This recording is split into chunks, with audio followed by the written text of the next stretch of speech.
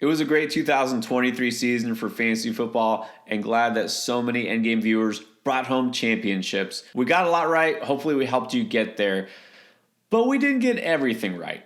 So we're going to start our year in review and go back and look at some of our biggest misses, worst calls from this offseason, and yeah, we're going to own them. All right, Chris, so we cannot know everything that's going to happen, but maybe there's some things we should have known better than to say. What's the first thing that comes to your mind? First thing that came to my mind was Tony Pollard to the moon. I mean, I was very high on Tony Pollard this year. I talked about him on so many offseason videos. I thought everything was there for Tony Pollard. He got the franchise tag, Zeke was gone, the offense, an explosive runner, a good runner. I thought Tony Pollard would smash, and I legit thought Tony Pollard had a chance to be the highest scoring running back this year. Not quite for Tony Pollard this year. Not a good year. Did not look like a guy who should be handling a 3-down role. Really not good in fantasy. A huge letdown. I mean, anybody who drafted Tony Pollard in the second round of their drafts wish they had drafted almost anybody else. So, yeah, Tony Pollard did not go to the moon and was a huge miss for me in 2023. I feel almost the same about Trevor Lawrence. It's been such an up and down experience with Trevor Lawrence. Like, we all just gave him a pass, right, because of his rookie season, and he deserved it. I mean, the whole Urban Meyer experience. Okay, fine. Let's just forget that happened. And we saw progress under Doug Peterson in year 2. Started putting up big numbers, especially down the stretch in the second half of the season, and then made the playoffs. So, of course, year 3, a year of actual real coaching under his belt, you think everything would be in place. So I went so far as to say not only is Trevor Lawrence a really good quarterback for your fantasy team, I thought he could lead the league in passing yards. And in fact, I'm pretty sure I said that on video. Maybe even finish as the QB1 if everything broke right.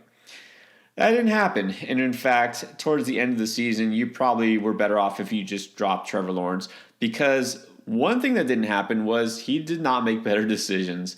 In fact, in the first 3 games of the season, I should just already have known. The very beginning of the season, 5 touchdowns in 3 games and 5 interceptions. And now, by the time this year is over, 56 to 37. That's his TD interception ratio.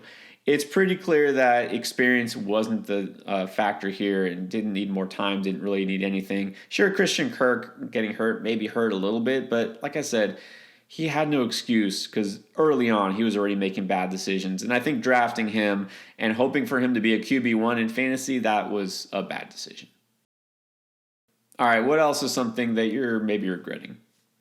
Yeah, trusting the Falcons offense, that was a bad decision. Like, I talked up this Falcons offense. I obviously talked up Bijan Robinson, talked up Drake London, talked up Kyle Pitts. I said, look, if Desmond Ridder is good enough, this offense can be great with the weapons they have. And I bought into Arthur Smith being this offensive guru, this guy who could get the most out of these guys. Well, he's not an offensive guru. He shouldn't even be coaching in the NFL. He's horrible. And he killed all these guys' value. And look, Drake London was mostly terrible. Kyle Pitts was awful again. And Bijan Robinson, look, he wasn't bad. I mean, he was okay in fantasy. Certainly not worth your first-round pick. Bijan Robinson was great in real life, and still somehow Arthur Smith got the bare minimum out of this guy. I'm just going to say right now, I love Bijan Robinson. He could be a top 5, top 3, top 1 running back in fantasy. But if Arthur Smith is a coach next year, I'm not drafting Bijan Robinson. I made that mistake this year. I'm not doing it again next year. Well, one mistake I know I won't make is to trust the dead zone for running back.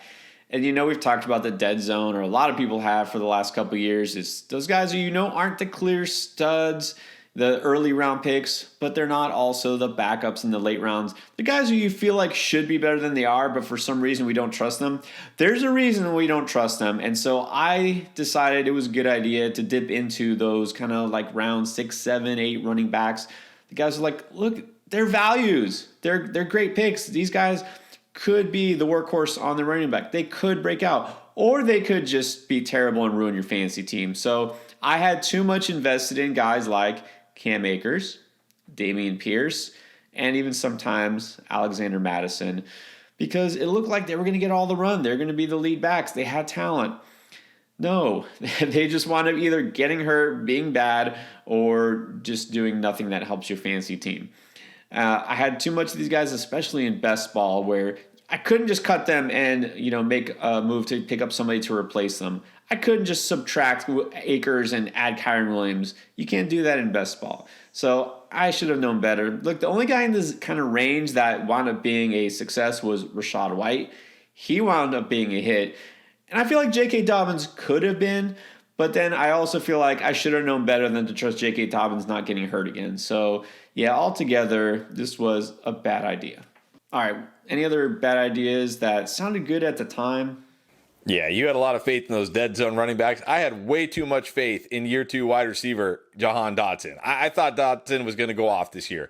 He was pretty good as a rookie, looked like a good wide receiver. I thought if Sam Howell could be, good enough, he could really propel him to a good fantasy finish. And look, for the first half of the year or more, Sam Howell was great, at least good enough for fantasy, right? Throwing for a ton of yards. Everything was there except Jahan Dotson was invisible. I mean, this guy was so bad this year. I almost forgot about him, honestly. When we were doing this list and I saw his name, I was like, oh, yeah, that's right. I love Jahan Dotson. And I forgot about him because he was pretty much invisible all year. If you drafted like me, if you drafted Jahan Dotson in your drafts, whatever round you picked him in, you might as well just looked at your league mates and said, hey, I'm just going to pass on this pick. I'm just not even going to pick anybody in this round. That's how bad Jahan Dotson was. Let's hope he somehow rebounds in year 3. But man, year 2 was a huge whiff, and I fell for it. It's funny you say that because Dotson got so much hype right before the season started because of his preseason performances and highlights in camp. And all of a sudden he was getting drafted like in round 5. And that was too far. The same goes for the Pittsburgh Steelers passing offense. Remember that? Yes, this was a thing. People were going crazy because Kenny Pickett was putting up big numbers in the exhibition games and the George Pickens highlights in training camp when it's not an actual game with actual defenders trying to stop him. That's right. We were all buying into the Steelers hype, and I should have known better. Look, no, I did not draft Kenny Pickett. Don't get me wrong. I did not do that. I knew better than that. But I did maybe at one point hype up George Pickens as a league winner and draft him way too much. And then I had a couple of shares of Pat Freiermuth. One of them I really regret.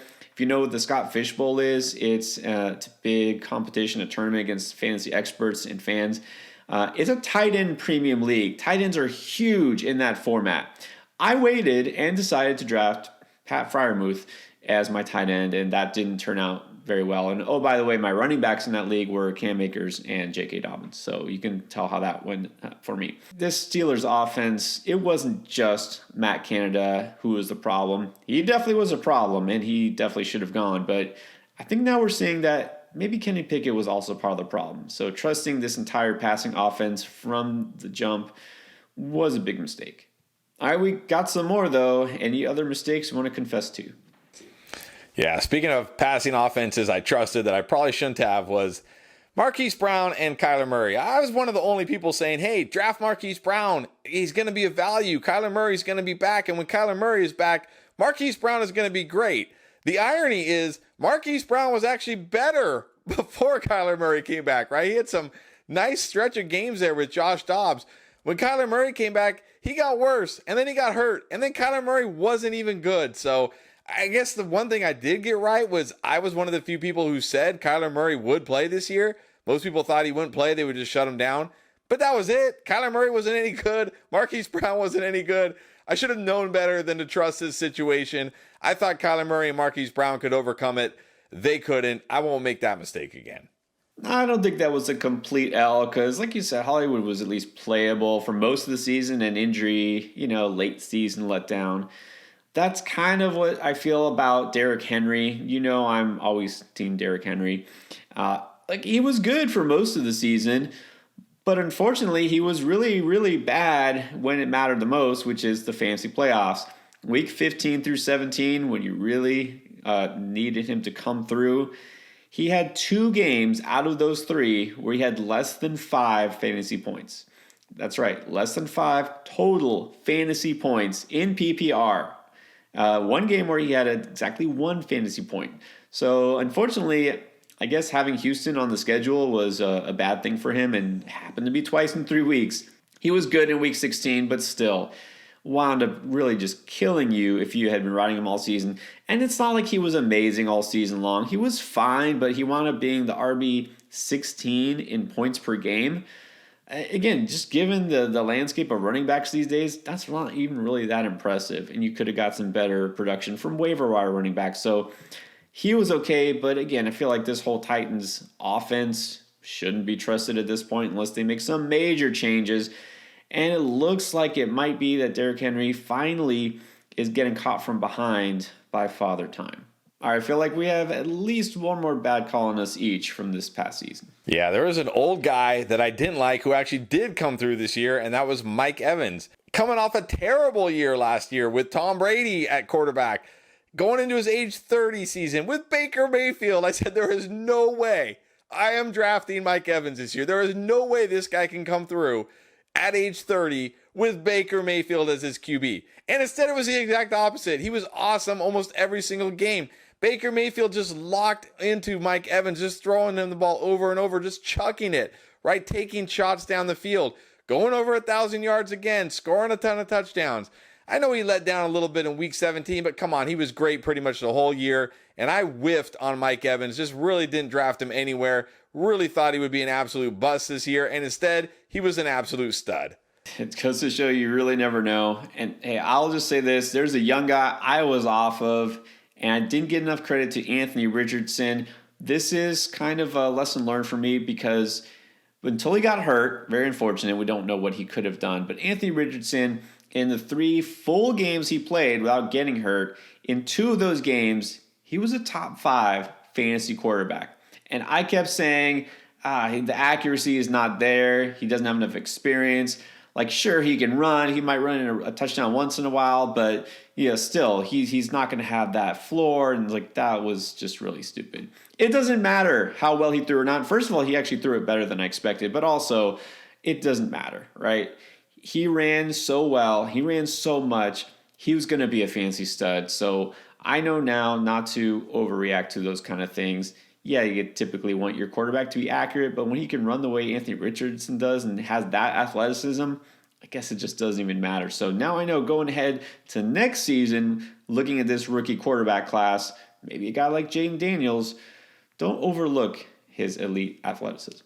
Those are some of the worst calls we made this offseason, but we also nailed quite a bit right. So check back for our best calls video if it's not up yet. If it is, maybe you can just click right here and check it out.